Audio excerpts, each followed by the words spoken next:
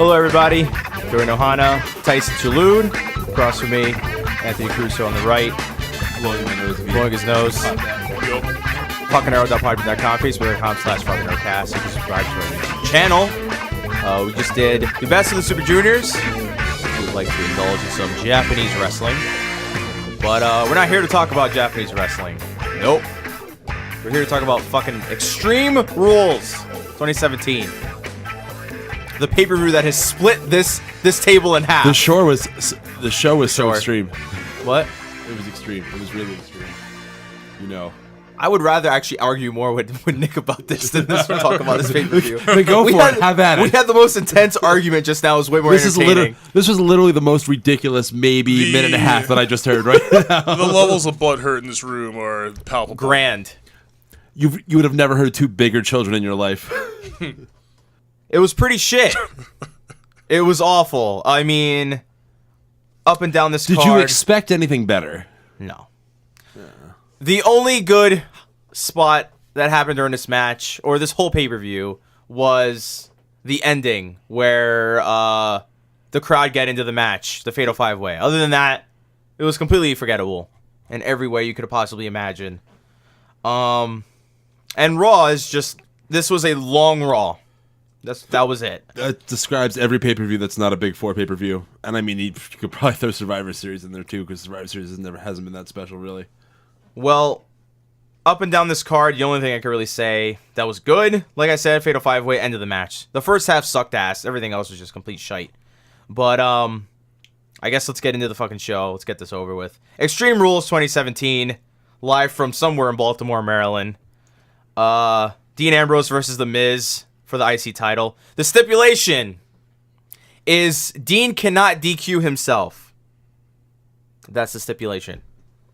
So, I predicted, and it was just a prediction, just some dude in a chair, that said Maurice was going to slap her own husband to get over the fact that... To be fair, you and probably 85% at least. Yeah, not hard to predict this stuff. Yep. Not hard to predict this crap. Pretty much writes itself. Yeah. So, they fought a bit. Ambrose almost DQ'd himself a few times because he had to pretend like he was going to use a chair and all this other crap. Match is very boring. Crowd doesn't care. Dean did a bump to the outside. Dean fought back. Miz avoided a bulldog by throwing Dean down onto the mat, right on his ass. The problem was Dean just kind of sat down into position to take the fucking bump afterwards. Miz puts him in a figure four. Dean gets a rope break. Dean tries to powerbomb Miz off the top turnbuckle. Then he grabs the turn pad. So here's where the tomfoolery began. Dean almost throws him into the exposed turnbuckle, but he thinks twice because throwing someone into a turnbuckle without a pad is apparently illegal these days. I don't understand how that's illegal, but Irish whipping somebody into 40-pound fucking steel stairs, or an announce table, or the ramp, or any of the tables adjacent to the ramp, or through a fucking announce table, or literally anything else in or around the barricade or the arena is okay. It makes sense because there was precedence with that Samoa Joe Seth Rollins match from last week, 2 weeks ago. So this is based off of a 2-week-old precedent? I'm glad that set the bar. Yeah. But yeah, that's great. I mean, this rule, whoever came up with this rule, is pretty stupid because the ring, to my knowledge, is not a weapon. Nope. Can't use the ring as a weapon. We throw each other into ropes all the time. No one calls that a disqualification. People get thrown in the turnbuckles or the turn post on the outside. Doesn't get called disqualification. But all of a sudden, a piece of equipment falls off. Yeah. All of a sudden, it's dangerous. Can't use it. But I can grab a guy's legs and ram and drag his crotch at full speed into a fucking turnbuckle. No one says shit. Yeah. Yep. Wrestling, everybody. Yep. Wrestling. Rules got to be changed. And the referee was so quick to disqualify Dean for that, even though Miz was, in his view, he saw Miz set that whole thing up. I can drop a man's lower back onto the edge of the apron. That's fine. Yeah. The hardest part of the ring. Yeah. No problem. Fucking shite, dude. This is utter shite. So the end of this match was so fucking stupid. That's what I wrote. I'm just reading This whole match was stupid. Yeah, the match was slow. But hey, Maurice got thrown out. Yeah. So Miz demands that his wife slap him so he could win the match. Instead, after she does slap him, she just gets thrown out of the ring or gets thrown out of the match. Yeah. And so Miz, he's been outdone here because the ref saw it, I guess. You can't, first of all, if you saw the Miz get it slapped by his own wife, that has nothing to do with the match. That's an issue for domestic violence. Yes. Okay? Someone should file a police report. Nothing to do with the contest at hand. Because... Hashtag not all men. And I think we spoke about this. Miz still would have got arrested. Yeah, probably.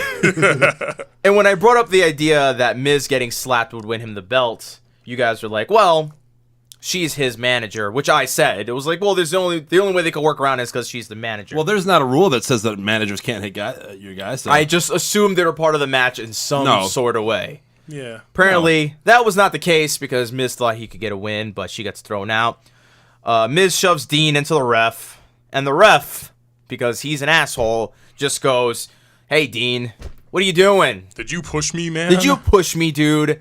And I believe Anthony was sitting on the bed, and he goes, you know, I don't think Dean Ambrose would do that with the rules at hand. Yeah, and the referee, should understand what the rules are. Yeah, that didn't make any sense. We just finished watching New Japan Pro Wrestling, where Red Shoes was getting bullied and pushed and beat up and everything you could imagine. Same with Marty Asami, 2 guys in New Japan that got bullied around an entire tournament, but they just shrug it off and go, hey guys, settle down. Yeah. But a ref gets pushed from behind, has no idea who it is, and he's up in arms. And he was clearly about to call the disqualification, even though he dragged it out. But he walked. You can do it it can be called at the referee's discretion. Don't you think the referee should use some discretion and realize that Dean Ambrose probably wouldn't push me on purpose to... This gentleman, who I believe is John Cone. It is John Cone, yes. Motherfucker. So John Cone walks... I gotta say, it takes him 20 minutes to get to the timekeeper's table because he's really contemplating disqualifying the face, Dean Ambrose, because he clearly assaulted him from the back. Yeah. And, like you said, he should know the rules at hand, so he should know what the Miz should be up to here. But instead, he walks all the way to the timekeeper's table, willing to give this man a disqualification. And then he turns around, and he sees the Miz hit a skull-crushing finale and go, I must do my job again. And as the Flash, as quick as he can, runs right into the ring. Sprints into the ring. He took him 1,000 years to walk to the timekeeper's table. To remember that he's a referee. But when he sees his chance to call the 3 count, this just seemed like John Cone was paid off. That's all it seemed like to me. And Miz won. He's like, fuck you, Dean, I'm calling this 3 count. Miz, I guess John Cone was sick of Dean Ambrose's run as the Intercontinental Champion as well, because he didn't want him to win this match. Yeah, I'm happy. I mean, it was a shit finish, but god damn it, I'm so glad to see the belt off that guy. What was the thing you told me yesterday about the... the Naito thing? The Naito breaking the IC title. Somebody made a comment on Reddit that said, Naito's beating up that Intercontinental title. It looks like shit that he broke it not that long ago. But Dean's done way more worse to that IC title than Naito's ever done. And that belt is in shambles, and it's still not as decrepit as the IC title here in WWE is. Seriously. So Miz won with this shit. It was garbage. This rule sucked. It's Extreme Rules. This was not extreme. It's garbage, and this rule sucked was probably should have been the name of the show. Pretty much, yeah. It was not extreme, but there were rules, and that was pretty much what happened here. The dumbest fucking rules ever. So Charlie Caruso, Mr. Anthony Caruso's cousin, my cousin Chuck, that he never wants to get into her pants at all. No. Well, she's family. Finally looking good again, by the way. Finally, thank God. She's always looked good.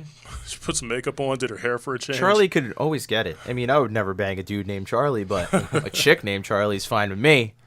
She was looking cuter with her hair up in a more girl next door kind of look that she had last on Monday. So Charlie or Renee?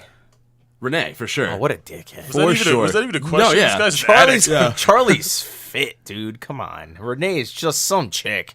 She sits by herself. Dude, your mom is just some chick. She sits at the lunch table by herself. That's my kind of woman. Playing with her hair extensions and shit. I sit by myself. She has a Saved by the Bell Trapper Keeper. I would be willing to bet. Dude, where she keeps her Lisa You think Frank you're notebooks. denigrating her, but you're just selling her on me even more. You're just turning them on, man. What can I say to offend Anthony? She voted No, she's a left winger. She's extreme right. What's the one you hate? Extreme Liberals? Yes, extreme left. Not people- classic liberals. People who are destroying the word liberal. Yes. Progressives. She is a progressive liberal. How do you feel the about that? regressive left. Yes. Yes, thank you. How do you feel about that, Anthony?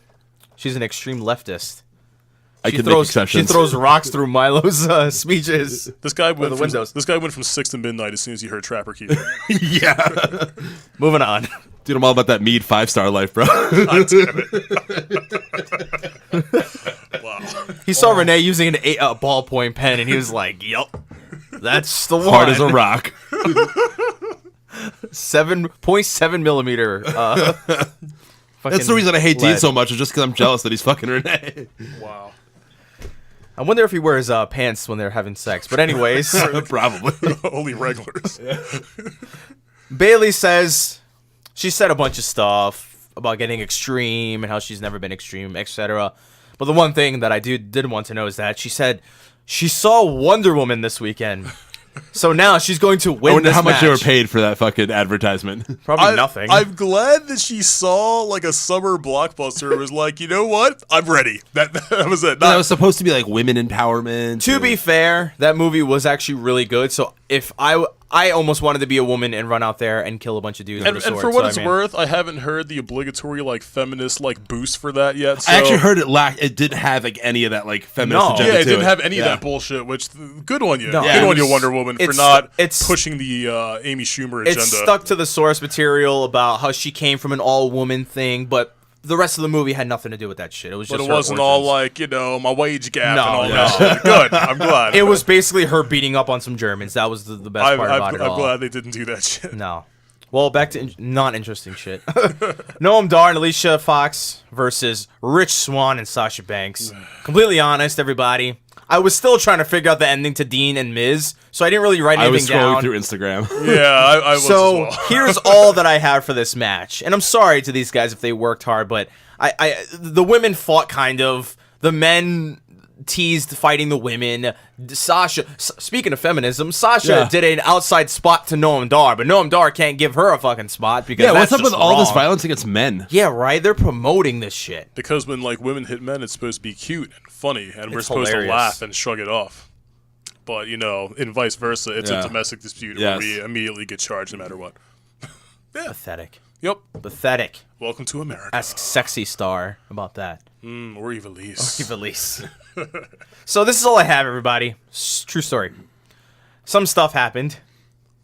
Rich Swann won with a Phoenix Splash. That's all I have. That's probably all you really all needed you- to know about this match. And he was the only guy who hit a Phoenix Splash like clean tonight, and but he can hit a Phoenix, even though that's Seth's move. But that's okay because Who else hits a Phoenix in that's this okay. fucking company? Or in NXT? Someone else hits a Phoenix. I think Mustafa Ali hits like a second. Oh, Mustafa Ali. He hits Yeah. like an avalanche Phoenix spring. Two guys from 205 Live and a dude in the main But they're card. not Bayley, so That's Yeah, true. yeah. How about Matt Hardy threw an elbow drop? He must have talked to Bayley and said, "Excuse me, Bayley, can I throw a fucking elbow tonight?" Because we don't want him to steal Naya's fucking leg drop, right? God forbid. Yeah, that's not cool. Naya's. Well, I know one thing that got stolen from Naya, and Tamina stole her outfit because that's and her gimmick. Remember when Becky Lynch was heel as fuck and she used to hit a reverse leg drop in NXT? That was sweet as hell. That was a cool spot. Remember when NXT was good? Yeah, back in the day. Back in the way back in 15, 14, yeah, 14, 15. 14. Yeah. So, something else happened after this matchup. Now, here's a lead up. So we had the Alexa Bliss Bayley match, which we'll get into in a few seconds. But that match was got to be 4 to 5 minutes, maybe even 8 minutes. I don't even know how long that match went. It was completely short as hell. The Bliss, there was. I don't even know if it went 8 minutes. I don't even think it made it out of 10 minutes. Yeah, I don't think it broke 6, I'll be honest. But we did have enough time. all the time in the world to let Elias Sampson just fucking sing a song about Baltimore being lonely and depressed and whatever else you could come up with. Something about Ravens and Shania Twain. I was going to say Mark Twain. Mark Twain. Shania Twain. My man didn't even have a match. He just had an interlude. I thought this was an intro to a match and someone was Did you going to mean come Edgar out. Allan Poe, not Mark Twain? One of those guys. Yeah, it's Edgar One Allan of those Poe. guys. One of the gentlemen that isn't here anymore. Yeah. And wrote some stuff. But anyways, yeah. He had no match. He sung for the crowd. And that was it. Yep. Just walked the fuck away. And so you're telling me you took time off of the big kendo on a pole match, which arguably is the second best thing you've got on this, maybe even the best thing, not the match itself, but Alexa and Bayley, that whatever they're doing these days, because the women are actually over nowadays, but Alexa Bliss is the best talker on your show. Bayley's probably the best character next to Roman or whatever, the people that love him. But This is like the second biggest draw you have for this event. you gave them no time. But you gave Elias Sampson all the time in the world to sing a fucking song.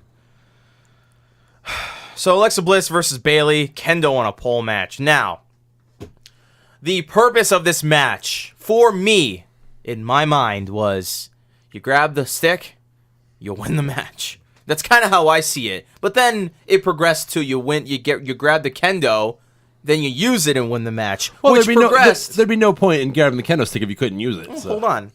Then it progressed to you grab the kendo, you use it, but you're the only one that could use it.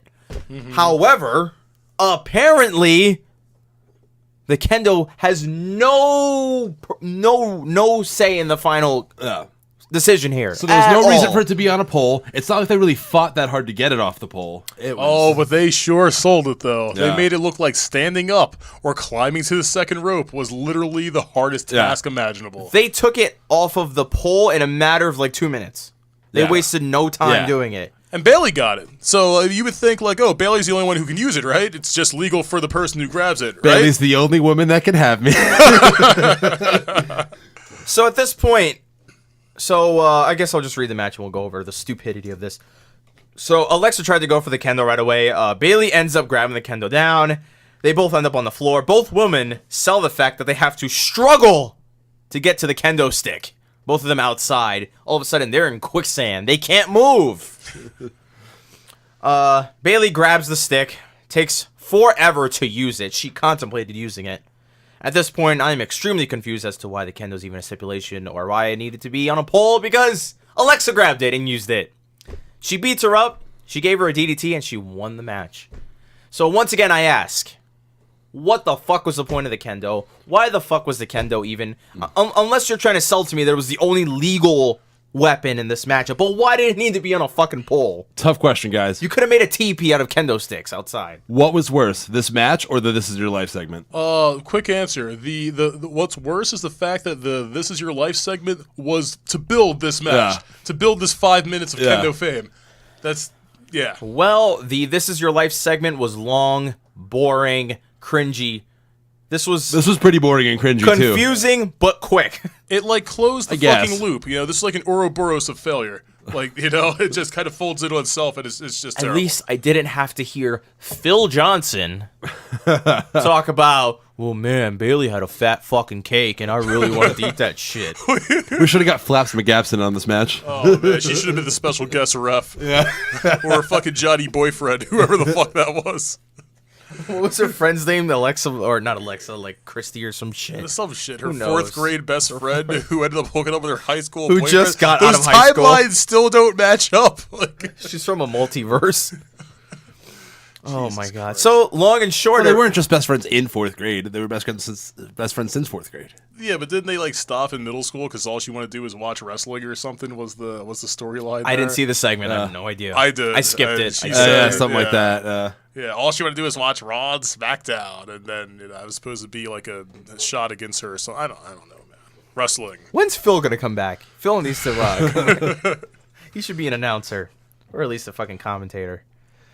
But yeah, everybody, big kendo on a pole, no payoff, no one cared. Alexa won. Shocker. Moving on. Super shocker. The Hardy Boys versus Cesaro and Sheamus. So we had the NXT the Takeover ladder match with DIY and the big fellows known as the Authors of Pain.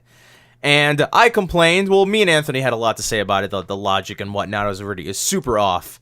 I think Anthony had a bigger problem with this cage match than he did that ladder match because there was a lot of stuff wrong with this match. Yeah, a lot of things. Yeah. So I guess let me just do the monologue and then we'll get into it. So Sheamus and Cesaro try to escape really quickly. some stuff happens. They fight each other. Not too much. First is of all, we going should on. say that this was like the rare cage match that there is no pinfall or submission. No pinfall. Yeah, you have Which to get out. I think having pinfall or submission in a cage match is the dumbest thing ever. But Actually, I haven't seen in forever where the door is not shut. Well, They need to shut the fucking door because what's the point where you could just casually walk out of the ring? They had it. If you ever played a 2K or WWE SmackDown versus Raw or any of that shit, when you have a cage match and you escape the ring or escape the cage, I mean, it's the slowest like button mashing segment of all time. Yeah. And it's just a dude crawling out of a cage. Yeah. It's not that fucking difficult. That's like me like lying on the ground trying to get out of my fucking door. It doesn't make any sense. So some stuff happens. They fight each other. Not too much is going on. There really wasn't much. They just kind of beat each other up for a couple of minutes. Finally, the 04 guys try to get out. Jeff climbs out first. Matt is, Cesaro was giving him a hoverboard lock. I don't know what it was. An armbar, all a hoverboard lock is a double double wrist lock. fisting up on the top of the cage. And then Jeff just fell down, so Jeff is the first one to get out. Matt is left with both guys in the ring, which I said was a good idea. Let Jeff get the fuck out. Who cares? He's a spot monkey. And we just beat up on Matt and then just both walk out of the fucking ring. Because that seems like a credible solution. Right. Matt could have gotten out of the ring a few times, actually. He beat up on both of these gentlemen. Yes. And he just couldn't get out of the ring. He even had an opportunity to just walk out the fucking Jeff Hardy door. climbs out of the ring. He side effects both Sheamus and Cesaro, is closer to the open door, but instead walks to the other corner, the far corner, and starts climbing up the cage. Yep. Jeff is outside for a little bit, but he couldn't help himself. He just had to do a high spot. It was itching inside of him. The inner Willow had to come out. So Jeff does a whisper in the wind to help out Matt. So he's back in the ring. He's legal. Oh, you skipped the totally unnecessary part where Sheamus hits the top rope white noise assisted by that's Cesaro. right. Where Cesaro just kind of sorry. like We're just held kinda, Matt just Hardy. kinda hold his shoulder He held on him the in way place. down. Yeah. Cesaro, quote unquote, assisted Sheamus in this spot. And then all he did was just hold him down. And then when he fell to the ground, he died. Yeah. He basically high-fived him on the way down and then just got destroyed. He did nothing. He offered nothing to that spot. Sheamus almost buckled his left knee. So this was just all types of weird. And this whisper in the wind thing, this is even worse than like Jeff Hardy's whole thing where he's like pretty much on top of the cage and he can just leave, but then he decides to just do a giant fucking senton. This is even worse because he's already out. Like, he's literally out. Like, he escaped. He's pretty much in the back his locker room. He decides, you know what, I need to come back I'm going to out. disagree with that. I'm going to disagree with that because there is no pinfall or submission here. So Matt's True. on his own. He can come back in and help him out.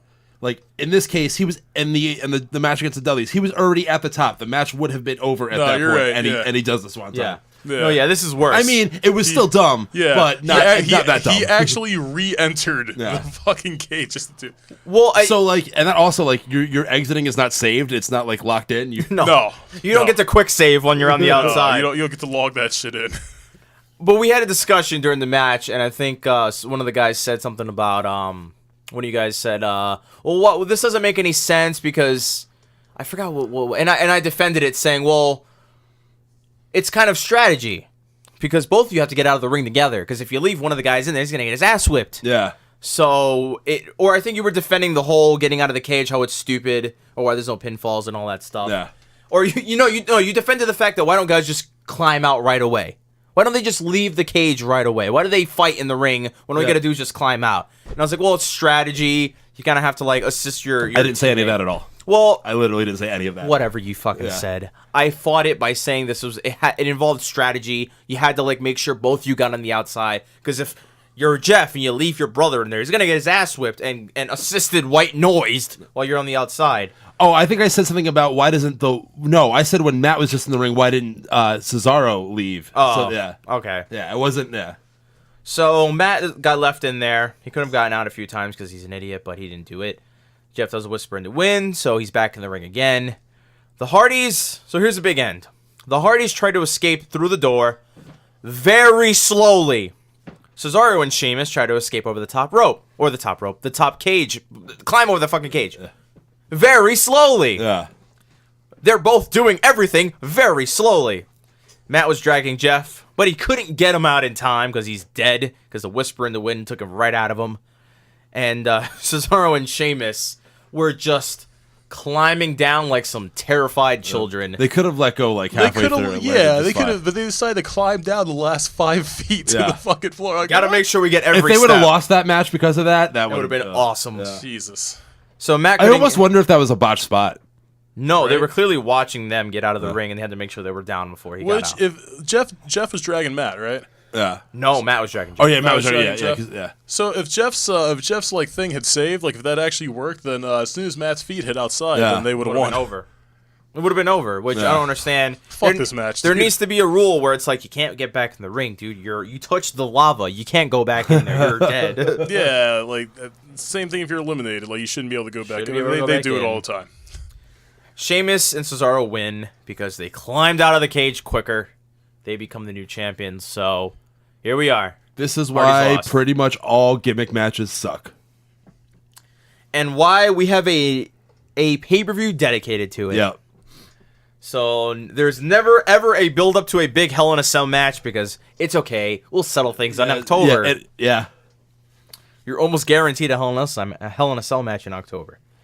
I remember when like Hell in a Cell meant something. Remember when Hell in a Cell meant death? Yeah.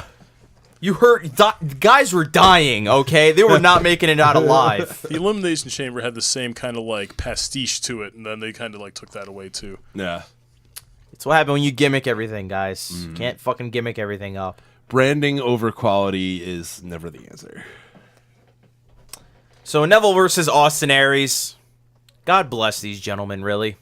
They tried very hard. I mean, they put on a solid match. You're not going to get a shit match from Neville No. and Aries. The only issue I have with this match was the fact that Neville was just trying to draw heat the whole time. And I get it. The crowd's dead. Yeah. They were fucking dead for this matchup. Yeah. No one cared.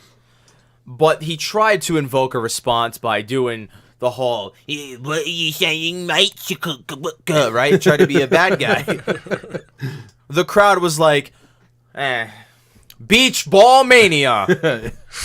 So, if you're Neville, and if this is me, let's say I'm Neville, I'm a man with a big nose and a great beard, I'm not going to feed for shit. I'm going to do my match, hear the crowd not giving a shit, get my shit in, and just leave. I don't give a fuck about heat anymore. I don't give a fuck about entertaining these people. You can't just quit on the match like that. Yeah, useless. You still have a job to do. It's useless. I get it, but you can't It's just quit useless. on it. You have the television audience, too. You're watching a man. The only reason why I say I wouldn't give a fuck is because I'm watching a guy trying to draw heat from a non-existent thing. Yeah. What is he drawing heat from? There's nothing to draw heat from. No one cares. Everyone's on their phones. Everyone's taking a piss. Everyone's throwing a beach ball around. Why is this like... It's almost like a WWE audience-only thing, but they are always so dead for everything. You watch any other promotion, and they're always responding. Once again, the question arises, why do these people go? Why do you buy tickets? Some cities are hotter than others. Like some like a lot. Yeah, of but crowds it's are so dead. rare though. even the and hot last cities- time, even when they were in Chicago for Backlash and Takeover, That shit it was wasn't dead. even that good. And Chicago's notoriously a really good city. No one cares anymore. True. No one cares anymore. There's nothing to care about. Neville tried to get cheap. He already talked about that. There was a beach ball that got thrown around. Crowd was more interested in that. Neville worked the left shoulder. He kept attacking it, and he put him in a Rings of Saturn. Aries fought back, puts him in a last chancery, but Neville crawls out of the ring. He taps on the outside, but obviously he can't win the match that way. Aries looks like he might actually win this, but Neville pulls out a red arrow to the back, and then he put him right in a Rings of Saturn almost immediately. And and Aries tapped out. And then the shining moment of this match, and probably this entire pay-per-view, was Austin Aries giving the camera a stern staring, as if to say, this is my life. This is my life. Jobbing to fucking Neville Yeah. for a crowd that doesn't care, for a belt that no one cares about. They're changing the ring ropes. No one gives a fuck. It looked like Aries was thinking about everything that he's done up until this moment, boy, he and just- every other promotion he's been part of. I don't understand. He like, was happier why- in TNA. Not towards the end, but His whole wrestling life just flashed before his eyes. I wouldn't go as far as to say that he was happier in TNA. not towards the end. But he was definitely a lot better in TNA. Yeah. He was Not better. as not as a performer. I'm just talking about overall personality. more like, used, yeah, He, yeah. he felt important in TNA. Oh, absolutely. I don't understand why they haven't pulled the plug on this already. It's so apparent it's failing. That face just showed you what's like to be on 205 Live. I feel like they put too much stock in it at this point. Like they've invested too much. They've done too much. What the purple ropes cost so much money? Like the build and everything, and all the like which the one time on the which show. one of you guys is on board with me for the whole fact that the whole changing the ropes thing is stupid? Oh, we're both on board with that. Okay, okay. Yeah. I mean, I don't love it, but I'm No, not it's so preposterous. against it. No, It's stupid. It's ridiculous. Why do they need their own ropes and their own? Like, You need to LEDs? integrate these guys. On the list of problems with the cruiserweight division, the purple ropes is pretty far down that list. Well, no, but it's a whole hell of a lot to get a whole lot of nothing done because you got to change it right away. Yeah. Second, why are we keeping these guys in one division? And you could argue this. Anyone could argue this. I know Alvarez doesn't like it, but here's the thing. What are you going to do? What storyline is on 205 Live? There's none. Alicia Fox. There was a bullshit love triangle and some like sensei fucking student thing going on between Kendrick and Tozawa. So Who cares? the only storylines we've had is Alicia Fox and TJ Perkins. I'm sorry, TJP is sucking Neville off. That's like all TJP, we've even got. though he wears his TJ Perkins shirt to the ring. You mean the only shirt he has because Yeah. he's a Maybe jobber? they changed it because Perkins is not taken. You can't have Perkins. Well, it doesn't matter. His shirt's it's on sale for $10 right now at the shop. Who fucking cares? Like they could integrate these guys. We had a cruiserweight title before; it was integrated into the main program. There's no reason to give these guys their own thing. It was a good idea on paper when we had the tournament. The tournament's been over. It's lost. It's lost their Tournament was fun because it was a tournament and they didn't need a storyline. Everyone loves the tournament arc. It was wonderful because tournaments don't need any storyline. Yeah. It's just a common goal and we got to get You there. just got brackets and dudes moving up the lines. That's all you need. I know everybody who has a wrestling podcast has said this, but they really need to move this shit to Full Sail and Yep.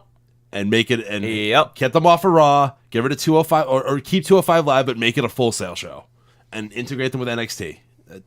If they brought those guys into NXT, that'd be great. Yeah. Because NXT needs guys, and those guys need a purpose. And I guess there's not enough room on Raw for everyone, even though the show's fucking 18 hours long.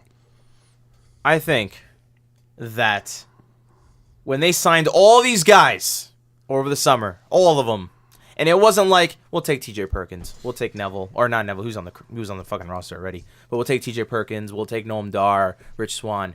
You took everyone from that shit. Not everybody, but almost everybody. Damn, they're the whole 75% of the tournament. You took the whole tournament, and what do you have now? What do? You have so much shit to do with these people and nothing to do with them. This is like every Why? other plan they have. They have the basic idea down, but no details. They figured it'll all And fall they're into trying place. so hard to push it on Raw, on SmackDown, the You know what would- advertisements, the obligatory matches. You know what would have really worked to push it? If you gave us a good fucking match on Monday Night Raw and a succession of good fucking matches to build something. Or how about including one of these matches on your fucking Hulu cut to Yeah. make sure I know Yeah. this is important? Instead of giving me, I don't know, Elias Sampson squashing Homeboy on a fucking instead Raw. of giving us a minute and a half of a 6-man cruiserweight tag match and then be like, oh yeah, go watch the show dedicated to all the cruiserweights if you liked that action. It's always like a 6-man, an 8-man. It's always Yeah. like just a whole bunch of vanilla midgets in one room doing one thing, and that's it. And no one gives a fuck. Exactly, yeah. No storylines, no personality. Why am I rooting for Tony Nese? Yeah. Because he's got a great body. Yeah. That's it. That's it. Tony Nese has no personality. Kisses his fucking biceps. What's That's all. Gulak doing? What's Gulak doing right now? Yeah. Why do I, a random guy in the universe, why am I getting behind him? What's pushing his shirts? You Nothing. could use his gimmick for something. Yeah. The no-fly zone shit. It's kind of cool. Gulak could be. but I think Gulak is gold. There's a lot you can. he's do. fine because he's the only one that's not into the flippy stuff, and it Yeah. makes sense. It's like you're on 205 Live, you don't watch flippy shit, which is okay. You have something there, something. The guy has a gimmick. Yeah. No one else has a gimmick. What does TJP have? A dab. Yeah. That's it. That's all he's got is a fucking dab, and he's Filipino. Great. Yeah. The flim flam flash. Tony Nese. Tony Nese. What do you learn from watching Tony Nese? He works out. Wonderful. A lot of guys work out. What else could I say here? Mufasa Ali. Mustafa. Mustafa. He's the leader of the Pride, bro. Mustafa Ali. He wants to be Arabian, but he's not. There's nothing else to him. He's just a dude who comes out with rap music, and We already have a guy with a turban Yeah, we and already rap have music. a dude. Point being is that these guys have no... There's no draw to them. There's nothing. It's just Tony Nese. Oh, he's a great, phenomenal athlete. Yeah, there's a lot of talent, but it's In this day, lost for in the haze WWE of... to be an episodic television show, the longest running episodic television show on television. I don't know how, but you need storylines for everybody. Everyone needs a fucking storyline, and no one's interested in any of this shit if they don't have any sort of a hook to them. So you take all these guys from a fucking division, and you just go like this and swipe them off the table and put them on your show, but for what? Because to me, and this is a small rant on the whole company as a whole, including NXT, this is for you too, you sign guys because they have a big name on the indies just to just have them on the roster? So take them away from the indie scene, which they're not getting paid over there. I get it. Everyone's got a family. Understandable. But from a fan perspective, you take guys off of the indie circuit because of what? To stop the indies from fucking being good? That doesn't do anything for you because you're just making them die on your card. But in the meantime, it brings attention to the product, even if it's short-lived. Then because they figure they could just sign another indie guy and bring more attention. But how many other indie promotions are fucking dying because this company sucked everybody up and they're doing nothing with nobody? I wouldn't say they're dying because the indies are kind of thriving at the moment. They're not as good as they once were. And even if they were, I wouldn't say that either. Even if they were, that's good. PWG is always great. That's good for the dub, right? Because that's just less competition for them. Not to say that they're all competition to begin with, but I mean, nobody is competition. The more you hurt the other promotions, the better if you're Vince. This is realistically no one's competition, but it's sad because this company needs competition badly. Yeah, we need someone to beat up this company's ass because God knows they're not interested at all in their own shit. I hope to God, I don't think it's going to happen, but this New Japan expansion, I hope it really sticks. So do I. Sadly, there's not a lot of guys like us that are willing to just eat the fucking eat the commentary because we don't give a fuck about the commentary, but we know they're excited about what's going on in the ring. You can't even really say that anymore because all the major shows have Kevin Kelly and Don Callis call. So they're doing English commentaries. They're gonna have it. They're gonna have a U.S. post here soon because New Japan's making their way over here. Plus the Access Television show. Yeah. So they're a long ways away, but God knows this company needs a fucking kick in the ass because this shit is being alone on the top doesn't do anything for this company. So WCW would have been if WCW was way better than it was. This all would be so much better because they would have someone breathing on their fucking neck. That company went to hell. And TNA had a shot, but they did something very fucked up in hiring Hulk Hogan and Rick goddamn Flair to ruin the whole fucking product. TNA was so good. TNA was a lot of fun. Stupid, very dumb sometimes, but a lot of fun. Didn't they move to Monday nights to try to compete with Raw? They did. I watched it. It was just meh for one reason. Hulk Hogan. Who the fuck cares about Hulk Hogan anymore? Who could possibly give a shit about Hulk Hogan? You know what was most exciting about that show? Val Venus showed up with the beautiful people. I went nuts. I was like, holy shit. It's Val Venus with the goddamn beautiful people. This is amazing. Went nowhere, though. Went nowhere. And TNA, still alive. Don't know how. So the final match of the night. The Fatal 5-Way match to determine who would face Brock Lesnar at. By the way, since when have 5-way matches been Fatal 5-Way matches? Since when has this been a thing? Since a couple years ago. Anything that has more than 3 people is a Fatal whatever match. Yeah, pretty much. I guess if it begins with F, yeah. Well, until Fatal 15. It's Fatal. No, it's only Fatal 4 and Fatal 5. Once you hit 6, it becomes a 6-pack challenge. Yeah. Yes. That's correct. And anything above that is just a fucking elimination and match. if there's if there's 15 guys, it's a battle royal. If it's 30 men, it's a Royal Rumble. That's pretty much the precedent. If there's more than that, I don't know how the ring's gonna be around. Yeah, pretty much. All right, Fatal 5-Way. Roman doesn't do much in the beginning of this. Just watches everyone beat each other up. Not a bad idea. Bray and Roman go at it finally. Joe gets in, gets Samoan dropped. Balor comes in, gets knocked off the apron. Seth gets in at this point. The big spot here is that everyone's going after Roman, and he's just wiping the floor with everybody else. They beat up on Finn. I'm sorry. Joe and Bray team up on Roman. They beat up on everybody with some steel steps. Then they beat up on Finn. Finn tries to fight back. Seth intervenes, gets DDT'd on the steps by Wyatt for his troubles. Wyatt hits Roman and Finn with a chair. Joe and Bray beat up on Finn some more. So basically, long story short, everybody, Joe and Bray just beat up everybody. That was it. The whole first half of this match was them teaming up. Rollins works on Wyatt a bit, hits the Falcon Arrow, but only for a 2 count. Wyatt hits him with a Sister Abigail and goes for the pinfall. Joe breaks it up and gets visibly mad at the fact that Bray Wyatt tried to win the match, which is fucking stupid. What happened, bro? We were partners. We had an understanding. correct me if I'm wrong, Joe, but isn't this a fatal 5-way match? A fatal fucking 2 plus 4? By the way, have you learned nothing 2 from plus 3? from the last 3 weeks of Raw? This guy will turn on you. He is your enemy. He's your opponent. He even interrupted your promo. He will drop a fridge on your ass. Yup. Ask Randy. He hasn't recovered from it. He lost to the Maharaja. Finn comes in, runs wild on everyone, does a standing coup de grace with a chair on Bray, lays out everyone on the outside, so he's on fire at this point. Finn clears off the German announcer's table, lays Wyatt on top of it, wants to go for a high spot, but Joe puts him in a headlock. Both men get speared by Roman through the barricade nearby. Seth hits a big frog splash on Wyatt, so they had to pay off for that spot. They didn't just kind of tease it on Wyatt, who was laid out on the table. He hits it from the inside of the ring. Crowd goes absolutely apeshit. The match finally picks up at this point, so there's some steam here because Seth and Roman look at each other like, well, we're the big, bad, tough sons of bitches that just put a bunch of dudes through a bunch of shit, so let's do this. Seth hits a frog splash, but only gets a 2 count. They go at it. Seth kicks out of a German punch, a Superman punch. Seth hits a frog splash after that, but only gets a 2 count. Seth hits a buckle bomb, but Roman rebounds right out of it into a Superman punch. Finn gets involved. Looks like he's going to win with the coup de grace on Roman. Joe comes in, puts him in the coquina clutch, and never taps. Joe wins via TKO.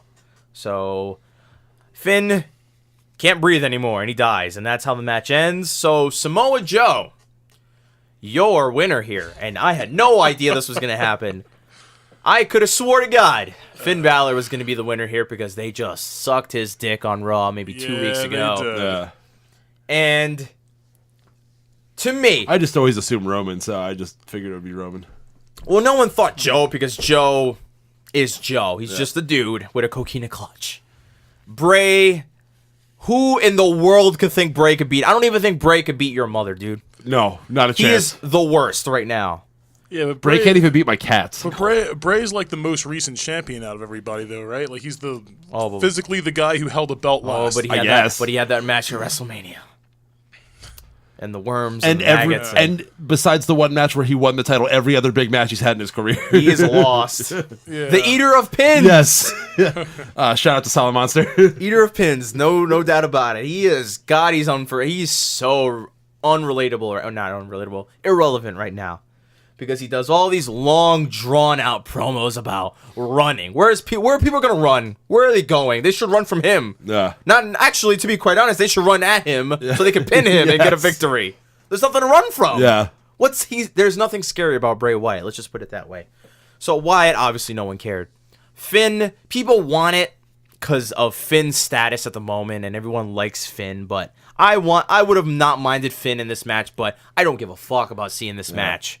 It would have been all right, but Brock would have ate him, literally ate him, and that would have been the end of the match. Seth's had his shot, I think, right? They had the match at the Royal Rumble with John Cena. I don't ever think they had a one-on-one match.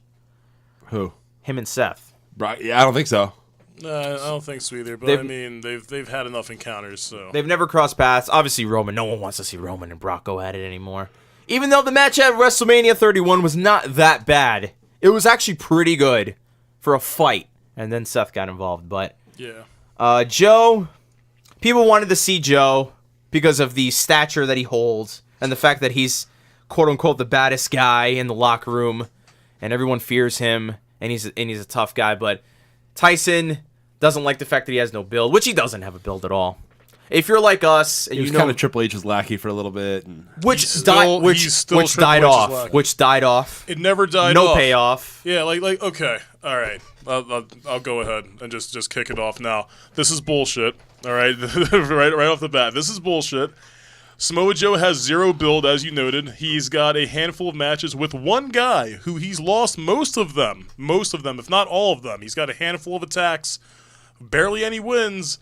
He's still riding the coattails of a 5-month-old storyline that has been resolved several times over. He has literally nothing to him. Assuming you're one of the large percentage of the WWE universe that doesn't regularly watch NXT, didn't really watch it in the end of 15, beginning of 16. If you're in that demographic, you don't know who he is. All you know is he lost to Seth Rollins a couple times, and he works for the Game, who we haven't seen since, I don't know. WrestleMania. Yeah, so Why do you care? Why is this relevant? Why is he a probable opponent for Brock Lesnar? Outside the fact that he's a large Samoan man. Two ways you get that, because I was defending this, and obviously he's not defending it, but I think you could look at it from two ways. What he's saying is right, because the general audience doesn't know shit about Samoa Joe. Nope. We know about Samoa Joe because we watched him in TNA, we watched him in NXT. I'm going to interrupt you there. I'm pretty sure that a good chunk of the audience has either seen him in NXT or TNA, and if they haven't, they're probably buying into that this is real, so the whole logic of booking doesn't really play much to them. I don't think it's as big a deal as you're making it out to be. Well, I personally don't think it's a big deal. He thinks it's a big deal. But the thing is that... I mean, they might not be know everything about Samoa Joe. Here's But the thing. Here's the thing. He doesn't have a build, really. And to be fair, let's be completely honest here. We were not excited about Seth and Joe. No one was excited about any of that shit. No. And if they did watch NXT and watch his most recent stuff, they would see him He was not that great. Versus yet another guy who was also in this match who he lost to. So, again... There's nothing there. There's no substance to this. So there's nothing to get excited about going into Great Balls of Fire. Joe's story, and I'm assuming that this pay-per-view will just sell because of Lesnar. And Lesnar's going to literally carry this thing on his shoulders. Joe's just riding the wave. But the thing is that Joe doesn't really have a story. But they have a lot of making up here to do. When is Great Balls of Fire? July something. A month. They have a month to sell us on the fact that... I wonder if Braun gets involved before we get to Joe. Maybe. And Lesnar. I would rather see him just surprise everyone and just come out completely out of nowhere for SummerSlam than get teased coming He'll be back before that. He might be back before that. I think he'll be that'd back be cool that. too, but I think it'd be cooler if that would require them to set up some kind of I feel like him and Brock is going to be the match at SummerSlam. Yeah. So. Oh no, it is. But in order for that to be a surprise, I guess they'd have to go through a lot of hoops to make that happen. So it'd make more sense for them to come back in advance. But I forgot what interview I watched. I watched an interview with someone from WWE, and they were talking about who they want to see. I think it was Ambrose. Ambrose and Hardy had a show with Jericho not that long ago. Yeah. And they were all talking about who they want to see go up against Lesnar. Who can go up against Lesnar, to be quite honest? No one except Braun. No one else in this company could do it. Because Lesnar's a big fucker, okay? Yeah. So realistically, no one could go up against him. But they were all oh man, I'd like to see Joe. So for the people on the internet, and the boys, I suppose, the people who know Joe and have seen his stuff, this is not a terrible matchup because we know about Joe. But the way they're presenting Joe to us is... He has a hard-on for Stephanie McMahon. He loves Triple H. He wants to have sex with him, apparently. He probably has. Because Seth did him so wrong. and Joe wasn't even at WrestleMania. So the story sucks. I'm interested to see where they go with the promos for this because they've got to do something here. They got to have some sort of yell-off or something like that. The only thing that's good about this is going to be the promos because Joe, he can go without a mic and just get angry as fuck. Joe could cut a promo, and it's sad because Joe's actually good on the mic, and he's pretty good when he's very angry, but the crowd doesn't care. And when he's properly built, he is a very intimidating guy, and he is a match for at least as far as we're concerned. Because we know Joe, intimidation factor. Oh, we know him. We're his best friends. Yes, we have him on speed dial. Yeah, we went on a cruise with him last year. Number 9 on my speed dial. That's a reference to the last Super Junior show. They don't get it. Yeah. we know that Joe can as far as promos go, this could be a good build if they really wanted it to, but there's nothing behind it because they haven't built the guy at all. The only thing you could possibly say right now that makes any sense is the fact that no one in this company can put Lesnar away with their finisher. No. Because, but I guess you could make Joe the exception because it's a fucking choke. And you don't need to be a big guy to choke someone else out. Yeah, but Brock's so much bigger than him. It'd be weird, Joe trying to piggyback on him. They're selling this choke like it's the end of days. They have to because they won't. And not the move, the actual end of days. Because they won't let him muscle buster anymore, which is ridiculous. If he gets Brock, when you almost kill a guy. He almost killed Tyson Kidd. Yeah. I don't know if he's done a muscle buster afterwards. I think he idea. has. He has. Oh, yeah. No, he definitely has. Since Tyson Kidd, fuck yeah, he has. Yeah. But he hasn't really done any on the main roster. Yeah. He hasn't. He might have done one in the beginning. He's doing it against Lesnar. I'm calling it right now. There's no fucking way he's getting Lesnar up for the muscle buster. Up.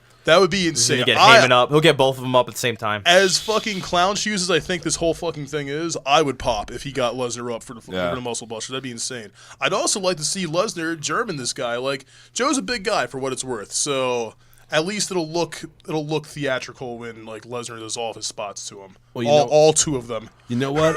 I can't wait for you guys to tell me about all of this build because I'm not going to watch Raw at all. Well, you're not a fan, sir. Yeah, no. You're a liar. I'm sure tomorrow there'll be a moment where Lesnar comes out with Paul and they say a bunch of stuff, and then here comes Joe and he gets super mad in his polo, which is way too tight at the neck, and starts screaming from the top of the ramp. And no one's going to believe it because who the fuck is Joe? Like, this isn't Seth Rollins. This is Brock freaking Lesnar. And there's literally no way you're going over him, so stop. You know? That's what it's going to feel like. It's going to be like a whole, like, okay, Joe, stop. You're drunk. That's what you thinking the whole time. Personally, I don't mind it, obviously. But Joe is a fresh slate. It's a clean board. You had Seth and Lesnar, and they haven't had their thing yet. We're saving Roman and Lesnar. God, we can't blow that right now. No, that's too definitely big. not. Is Roman and Lesnar at WrestleMania? Or is it Roman? I'm just going to that's assume. Mania. Absolutely. I'm just going to take a wild guess and say that's what they're going to do. That's all everyone's been saying, yeah. So, but Seth and Roman, while they are like not big guys, but they're not like known for being like tough and fucking destroyers, right? Well, he's a Kingslayer. They could go with that, but Finn is like, you know, a midget compared to Lesnar. But Roman's the big dog. Roman's a large dog. I don't even think he's the tallest guy in that match. In this match, at least. And Bray, God, Bray couldn't hurt a goddamn anything. Nope. He couldn't hurt shit. Bray can't even change his own oil. That's how bad he is at all this stuff. So the only person, for me, Joe's fine because everybody's been talking about Joe going up against Lesnar. No one thought it was just a pipe dream. Like, hey, it'd be nice to see two guys who come off as badasses going at it. But that's it. That's all they have. It's just, hey, Joe's a scary dude. He's crazy. He'll choke you out and choke your mother out. And Lesnar will eat your children. So that's like all they've got. But they have a chance to redeem themselves because Joe could cut promos. He could hold himself up. Yeah. He could hold himself up. Here's the thing. These are two heels, though. These are not two baby faces going at it. That's true. And you could count Lesnar as a baby face because obviously Lesnar gets the pop, so yeah. And for what it's worth, I mean, this does make sense from a logistics standpoint because he didn't go over Finn clean, so it keeps Finn strong. And everybody else either had their chance or didn't deserve a chance. So this is literally the only way they could have went with keeping it pretty neutral, you know? Yeah, and you don't want to ruin anyone's character. God forbid you touch Roman's character. Yeah. So the only person you could possibly throw at him is Samoa Joe. You don't want to burn Finn, Seth, or Roman. Who has no build, like you said, no history, no character. He's just an angry fucking guy. Yeah. Easy prey. I mean, who knows? We'll see. Maybe he'll give him a good fight. This seems like a fight to me. This is going to be a fight. This is not going to be some... I don't doubt that what they do in the ring isn't going to be interesting. But, no. I mean, you know for sure Brock Lesnar's winning this match. Oh, of course. Yeah, I mean... But he's not going to squash him, I don't think. Obviously not. I'm calling it right now. The only thing Joe's going to be able to hit is his Pele kick in the corner, and that's it. Muscle buster. He's not hitting it. On a set of chairs. There's no way. Chairs. All right, there's no way. Even if he wanted to, I just don't see him getting Lesnar up for that. I just don't see him getting him up. Lesnar's way too big. Lesnar has him on the announcement booth on the outside of the Sebastian Hackle table, and Lesnar goes for the shooting star press and hits him on the table. Big time. That would be sick. So that's it, everybody. As long as it was. We're done here with Extreme Rules. We'll see where Joe and Lesnar goes. We'll see what they do with this. They have so much to do, and God, I have to watch Raw to find out. But that's all we got, everybody. Pay-per-view sucked. The ending was okay. Everything that happened at the end of the match, or the final match, is all right. Everything else, shite. Women's match, shite. Everything else is complete crap. But so that's it, everybody. We'll see you guys for the weekly wrap-up. Take care.